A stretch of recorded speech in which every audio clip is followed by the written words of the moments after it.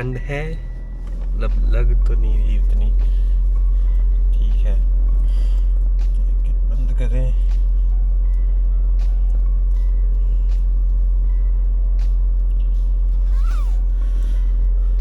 और ये सारे ग्लासेस कवर हो जाते हैं इसमें। वर्क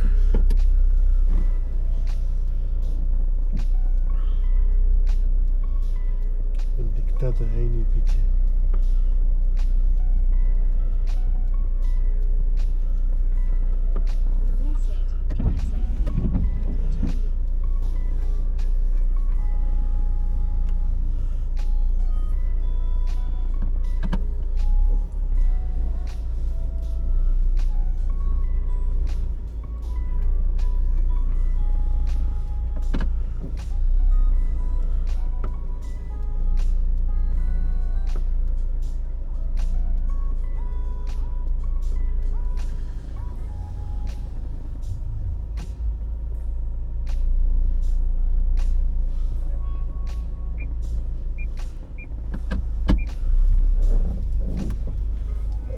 साउंड भेज जाना पड़ेगा।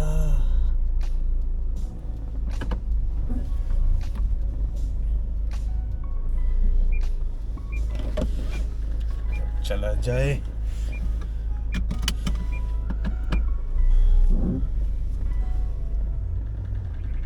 तो निकली जाएगी।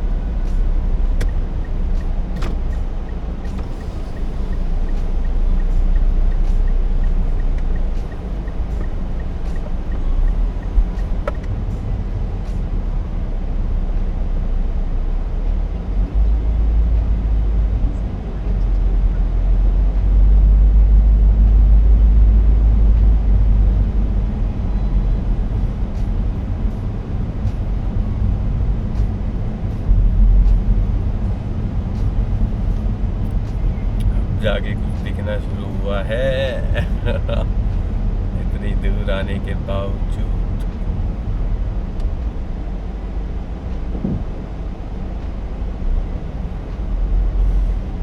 अरे भाई साहब, इतनी लंबी भीड़।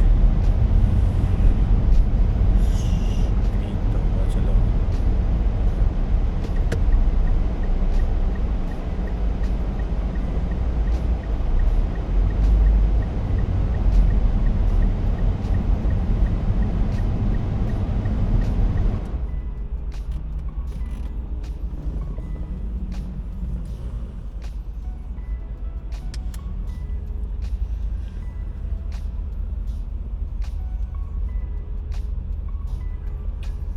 Hello guys and welcome back to the channel. तो आज के इस वीडियो का जो टॉपिक रहेगा वो रहेगा कि ऐसे एक्सपेंसेस जो आप यहाँ पे लैंड करने के बाद अवॉइड कर सकते हो। तो शुरुआत करेंगे सबसे पहले मेन एक्सपेंस की, जो अगर आपका कोई फ्रेंड या कोई आपको लेने रिलेटिव्स लेने नहीं आता है तो आपको आना तो पड़ेगा ही अपने एयरपोर्ट से। तो उसका तरीका ये है कि या तो आप अपनी यूनि को इन्फॉर्म कर सकते हो, तो वो अपनी एक गाड़ी भेज देते हैं एंड ये फ्री ऑफ कॉस्ट होती है। सेकंड एक्सपेंस की अगर हम बात करें तो वैसे तो मैं अगर सही बताऊं, अगर आपका कोई फ्रेंड या रिलेटिव नहीं रहता है जो लेने आ रहा हो, तो बेस्ट ऑप्शन यही रहता है कि आप यूनी को इन्फॉर्म करके ही आए।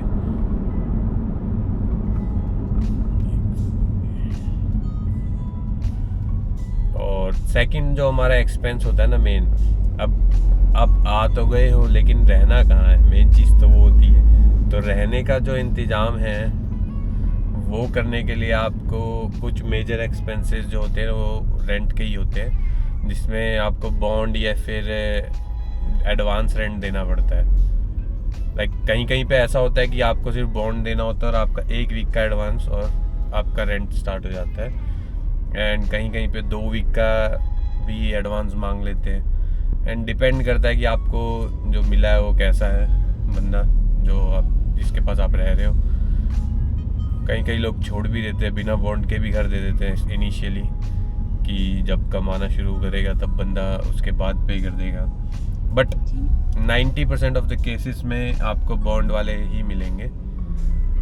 हाँ, ज़्यादा एग्रेसिव नहीं होंगे कि भाई बॉन्ड भी लें और क्या बोलते हैं एडवांस भी लें, पर कुछ लोग ले भी लेते हैं।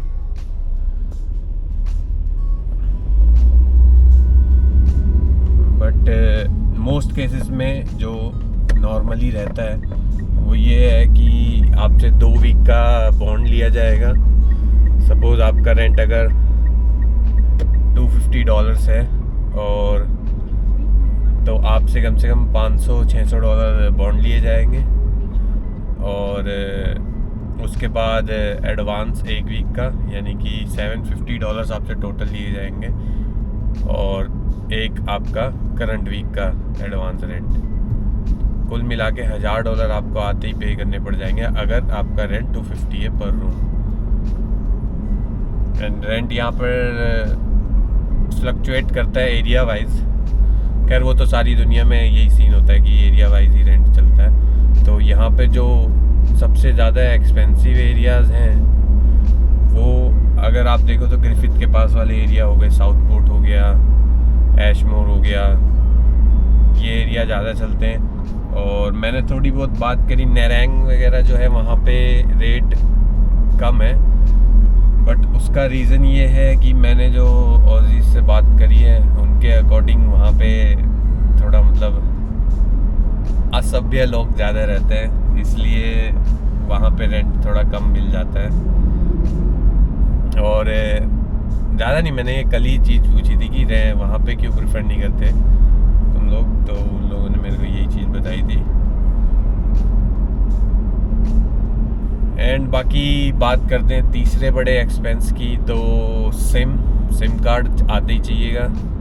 अब इसके लिए मैंने एक वीडियो भी बनाया था कि जब भी आप लैंड करते हो तो वो $2 वाली सिम ना लें जिसमें आपको अलग से रिचार्ज कराना पड़ेगा, क्योंकि वो कभी कभी एक्टिवेशन में प्रॉब्लम देती है। जैसे मैंने जब ली थी तो वो सब कुछ हो गया, एक्टिवेट भी हो गई, फिर उसमें रिचार्ज में इशू आ रहा था। मतलब इन शॉर्ट वो झंझट वाला काम है, तो वो अवॉइड करना ही ज़्यादा बेटर है।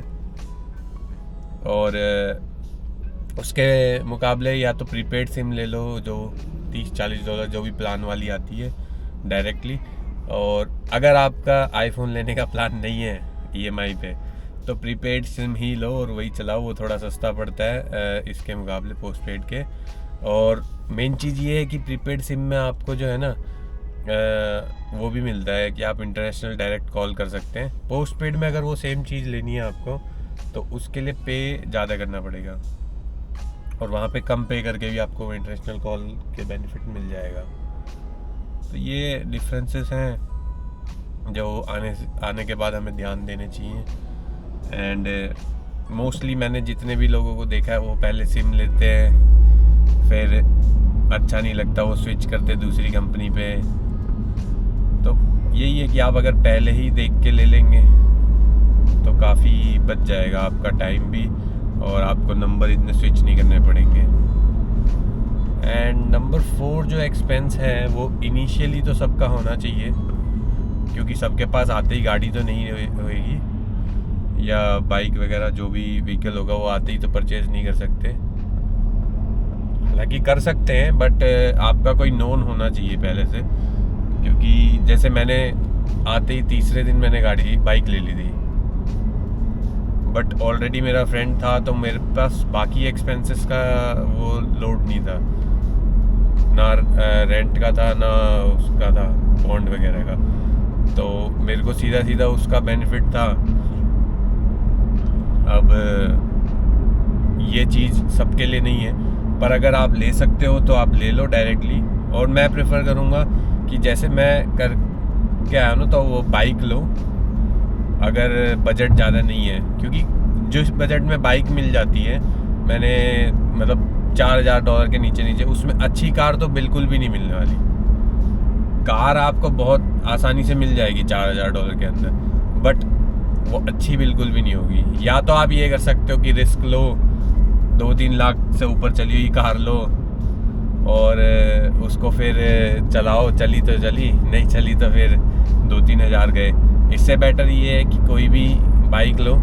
एंड जैसे मेरा तो काम ये था कि मेरा तो कॉलेज के अकॉर्डिंग मैंने ली थी हैवी बाइक, मतलब हैवी भी नहीं थी, 300 सीसी थी, बट एक्चुअली कम सीसी की बाइक अलाउड नहीं होती है इस पे हाईवे पे, तो इसलिए मैंने 300 सीसी ली थी, वरना मैं नॉर्मल जो 150 सीसी 120 सीसी वाली आती है माइलेज बाइक्स वो भी ले सकता था।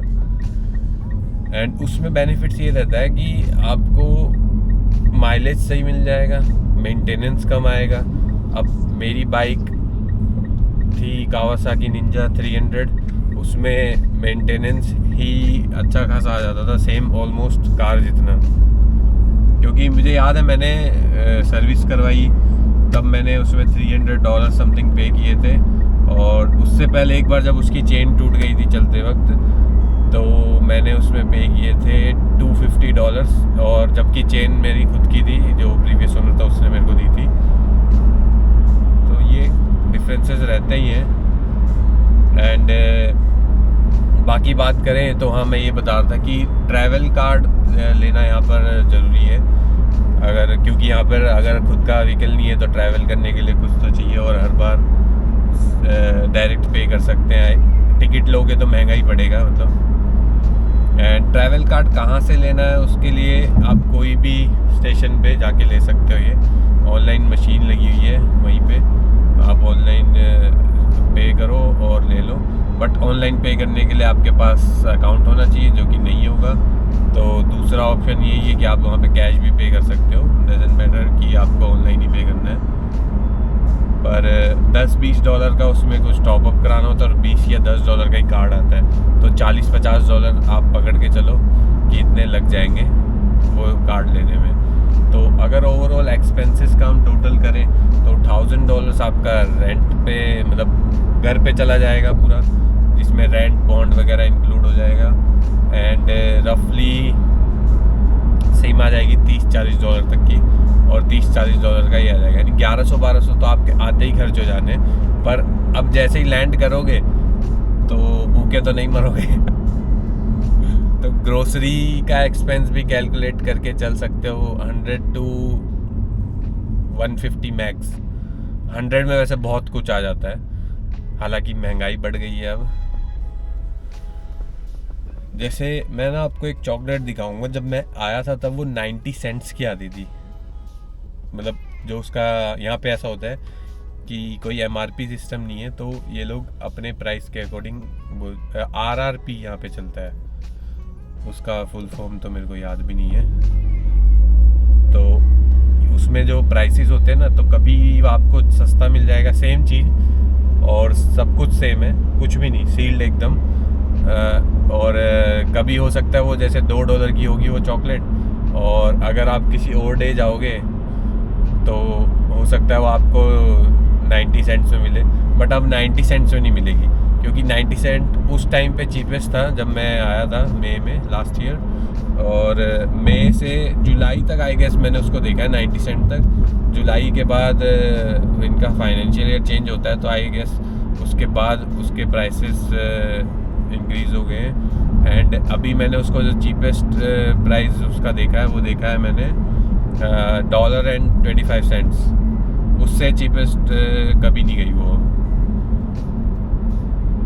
तो मतलब महंगाई तो बढ़ रही है, तो बेसिक ये चीज़ें हैं कि आपको 100-150 में ग्रोसरी मिल जाएगी। एंड अवॉइड करना कि आप लॉन्ग एक्सपायरी वाली चीज़ें ज़्यादा लें जिसकी एक्सपायरी डेट दूर हो, क्योंकि ये तो नहीं चाहोगे कि 2 या 3 दिन में ख़त्म हो जाए वो ग्रोसरी। तो उसके अकॉर्डिंग आप अपना चीज़ें देखें। एंड दूध वगैरह जो है वो आप एक चीज़ ये कर सकते हो कि जैसे ही बाई करने जाओ तो वहाँ पे है ना क्लोज एक्सपायरी वाले भी होते हैं, तो जिनकी एक्सपायरी डेट क्लोज होती है काफ़ी, तो वो आपको कम प्राइस पे भी मिल जाते हैं। तो दूध यूजुअली सब ख़त्म कर ही लेते हैं जल्दी, तो उस हिसाब से मैं प्रेफर करता हूँ कि मैं क्लोज एक्सपायरी वाला ले आऊँ। पर ऐसा हर बार नहीं करना चाहिए, क्योंकि कई बार नहीं भी ख़त्म कर पाए बंदा। आपको अगर लगता हो आप ज़्यादा कंज्यूम करने वाले हो तो आप क्लोज एक्सपायरी वाला लेके पैसे भी बचा सकते हो।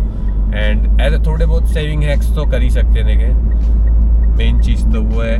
तो अगर हम रफली टोटल करें इनका, तो सबसे पहले देखा जाए तो रेंट आ गया है, जो कि $1000 अगर हम पकड़ लें तो टोटल हो गया 1000 प्लस आपका $40 for the SIM, $40 for the travel card, that cost around $1080।